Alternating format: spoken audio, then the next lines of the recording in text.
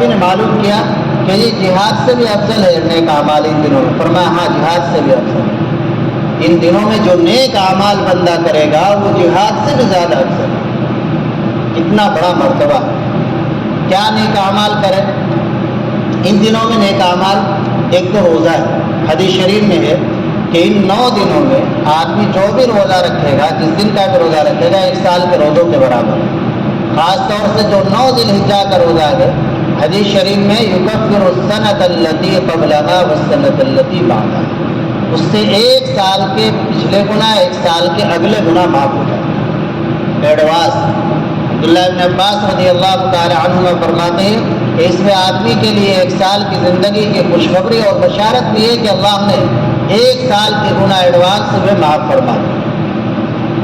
تو آدمی ہمت کرے، کوئی مشکل نہیں. موسم بھی معتدل ہی ہو رہا ہے، بہت زیادہ شدید گرمی نہیں ہے، آہستہ آہستہ اللہ کا شکر معتدل ہوتا جا رہا ہے. تو 9 کے 9 روزے رکھیں. ہر روزے کا ثواب 1 سال کے روزوں کے برابر.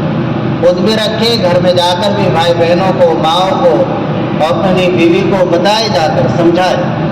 تو ایک نیک عمل تو یہ بھی